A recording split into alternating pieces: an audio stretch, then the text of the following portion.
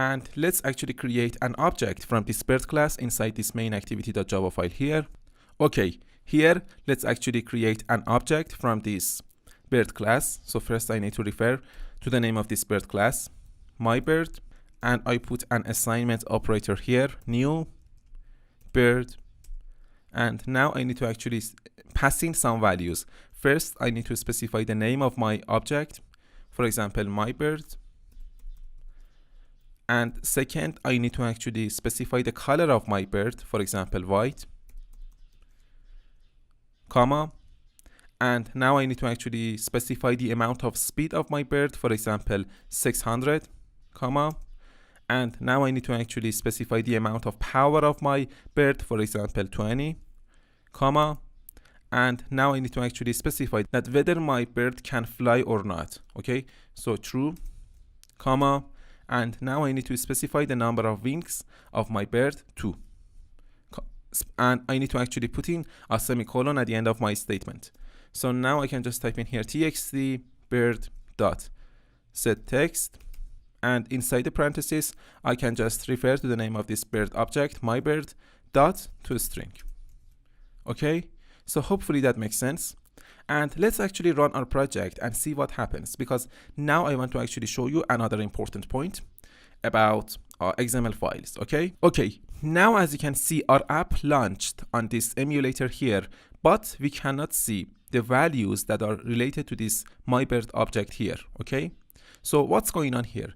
Now we need to actually change some attributes that are related to the components of this screen here. Okay, so let's actually go inside this content underline main.xml here, and now I want to actually talk about the weight attribute, which is a very important attribute in XML files. Okay, so let's actually select all of these components here that are inside this XML file here, all of these text view components, and let's actually find the weight attribute here. Okay, so now let's actually open the calculator, and now let's actually divide number 1 by 5. Okay, 1 divided by 5, 0.2. Okay, so let's actually put this value here, 0.2.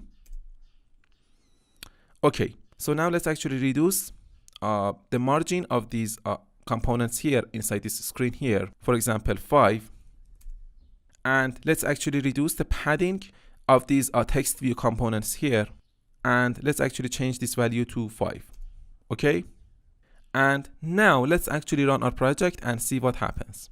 So as you can see here, now these values are outputted to the screen here. Okay, the values that are related to the bird object is outputted here. Okay, name myBird, color white, speed 600, power 20, fly true, and number of wings 2. Okay, so you may wonder that what did I do here in this XML file in order to show these values to the screen. Let's actually talk a little bit about the weight attribute. That is a very important attribute in XML files. Okay, and you need to actually use this attribute in all of your projects. Okay, so let's actually double click on this content underline main.xml. So now as you can see, we've got this weight attribute here.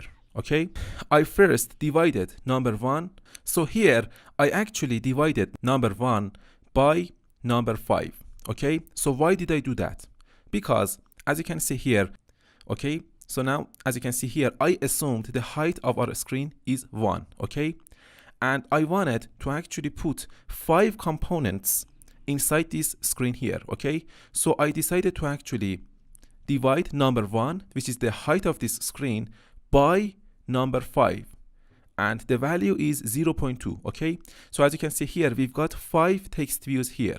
Okay, and I want to actually put these 5 text views here inside this screen here, and because we are actually using a linear layout that is vertical, it's gonna actually put these 5 components here vertically. And if you actually assume that the height of this screen is 100, and let's actually do that. For example, we are now assuming that the height of this screen is 100. Okay, and if we want to actually put 5 components inside this screen, we need to actually divide this 100 by number 5, okay? Because we've got 5 components here, okay? And the value is number 20. So let's actually put the number 20 for the weight of these components here, okay? So as you can see here, I put the number 20 for the weight attribute of these text view components, as you can see here inside this screen, okay? And let's actually run our project and see what happens. So as you can see here, now it's gonna actually run our project, and now you will see that it doesn't make any difference now, because as you can see here, I assumed that the height of our screen is 100, okay? And I actually divided that 100 by number 5, and the result was 20. And I actually assigned number 20 to the layout weight of these text view objects here, of these text view components, okay? And now as you can see, it doesn't make any difference if you assume the height of the screen. Actually assume the value of the height of the screen, number 1, or if you assume the value of the height of the screen is 100, okay? It doesn't make any difference, okay? And as you can see, it put these 5 components here inside this screen here, okay? And I actually reduced the number of margins and the number of padding of these components a little bit, okay? So as you can see here, now all of these attributes are inside this screen here, okay? So hopefully that makes sense. So with layout weight, we can actually specify a size ratio between multiple views, okay? So as you can see here, we've got multiple text views here, okay? And I want actually each of these text views to actually take 1/5 of the layout height, okay? So first, I actually assumed that the layout height of this screen is 100, and then I divided that 100 by number 5, okay? Because I have 5 text views here, okay? And the result was number 20. And then I assigned number 20 to this layout weight, okay? So I gave a layout weight of 20 to each of these text views here, okay? Each of these text views here actually take 1/5 of the layout height, okay?